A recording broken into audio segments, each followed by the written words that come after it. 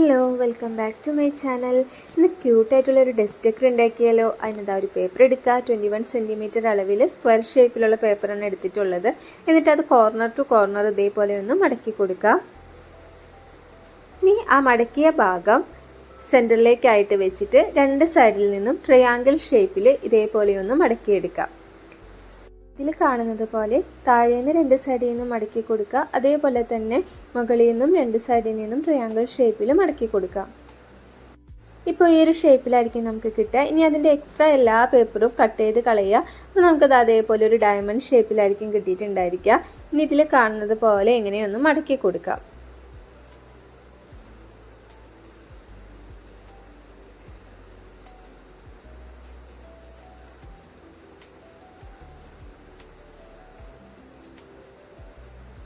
ഇനി സെൻറ്ററിലുള്ള ആ ഭാഗത്ത് നിന്ന് ഇതിൽ ഞാൻ മാർക്ക് ചെയ്തിരിക്കുന്നത് പോലെ ഓരോന്നോരോന്നായിട്ട് മടക്കി കൊടുക്കാം.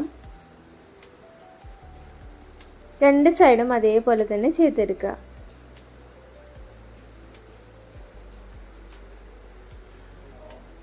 ഇപ്പം നമുക്ക് ഡയമണ്ട് ഷേപ്പിലുള്ള ഡിസൈൻസാണ് കിട്ടിയിട്ടുള്ളത്.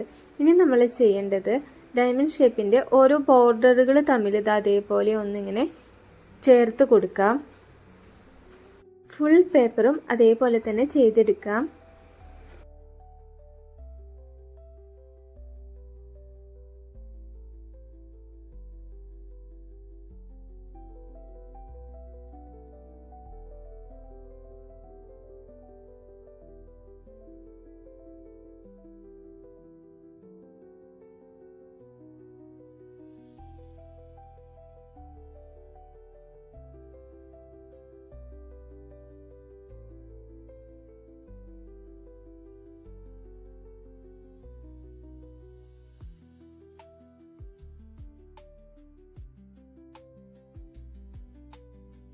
എല്ലാം മടക്കി കഴിയുമ്പോൾ നമുക്കത് അതേപോലെ ഒരു ഹാഫ് മൂൺ ഷേപ്പിലായിരിക്കും കിട്ടിയിട്ടുണ്ടായിരിക്കുക.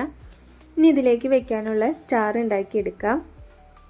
അതിനായിട്ട് ഒരു പേപ്പർ എടുക്കുക. 10 സെൻറ്റിമീറ്റർ അളവിലുള്ള സ്ക്വയർ പേപ്പറാണ് എടുത്തിട്ടുള്ളത്. എന്നിട്ട് അത് ഈക്വൽ ഹാഫായിട്ട് മടക്കി കൊടുക്കാം. ഇനി അതിൻ്റെയും ഹാഫായിട്ട് മടക്കാം. എന്നിട്ട് അതിൽ ഒരു ഭാഗം മാത്രം, അതായത് ഒരു സ്ക്വയറിനുള്ളിൽ മാത്രം ട്രയാങ്കിൾ ഷേപ്പിൽ അങ്ങോട്ടും ഇങ്ങോട്ടുമായിട്ട് മടക്കി കൊടുക്കാം. ഇപ്പോൾ ഒരു സ്ക്വയറിൻ്റെ ഉള്ളിൽ നമുക്കിത് അതേപോലെ ക്രോസ് മാർക്ക് പോലെ കിട്ടിയിട്ടുണ്ടായിരിക്കും. ഇനി അടുത്ത വശം നമ്മൾ അതിൻ്റെ ഏതെങ്കിലും ഒരു വശത്തേക്കായിട്ട് ഇതേപോലെ ചേർത്ത് കൊടുക്കാം. അതിൻ്റെ അറ്റം ട്രയാങ്കിൾ ഷേപ്പിൽ പുറത്തേക്കായിട്ട് മടക്കി കൊടുക്കുക. അടുത്ത പേപ്പറും അതേപോലെ തന്നെ ട്രയാങ്കിൾ ഷേപ്പിൽ ഇതിനോട് ചേർത്തിട്ട് മടക്കി കൊടുക്കാം. എന്നിട്ട് അതേ ഷേപ്പിൽ തന്നെ അതൊന്ന് കട്ട് ചെയ്തെടുക്കാം. പറയുന്നത് എത്രത്തോളം മനസ്സിലാവുന്നുണ്ടെന്ന് എനിക്കറിയില്ല. ചിലപ്പോൾ കൺഫ്യൂഷൻ ആവുന്നുണ്ടെന്നുണ്ടെങ്കിൽ വീഡിയോ മാത്രം നോക്കിയിട്ട് ചെയ്യാം. ഇപ്പം നമുക്ക് 5 സൈഡായിട്ടായിരിക്കും കിട്ടിയിട്ടുണ്ടായിരിക്കുക. ഇനി അതിൻ്റെ ഓരോ വശത്തു നിന്നും സെൻറ്ററിലേക്കായിട്ട് ഇങ്ങനെ മടക്കി കൊടുക്കാം. മടക്കി കൊടുത്തതിന് ശേഷം അതിൻ്റെ ഓരോ കോർണറുകളും ഇതേപോലെ ഇങ്ങനെ ചേർത്ത് കൊണ്ടുവരാം.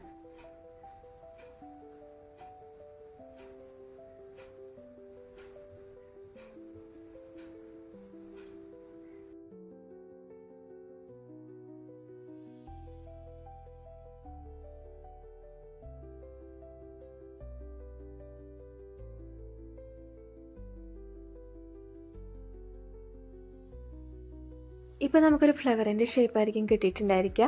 ഇനി അതിൻ്റെ ഓരോ സൈഡും താഴോട്ടേക്കായിട്ടൊന്ന് പ്രസ് ചെയ്ത് കൊടുക്കാം.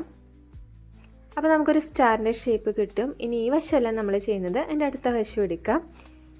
എന്നിട്ട് അതിൻ്റെ ഓരോ സൈഡിൽ നിന്നും അതേപോലെ ഇങ്ങനെ മടക്കിയെടുക്കാം. സെൻറ്ററിലേക്കായിട്ട് മടക്കി കൊടുക്കാം.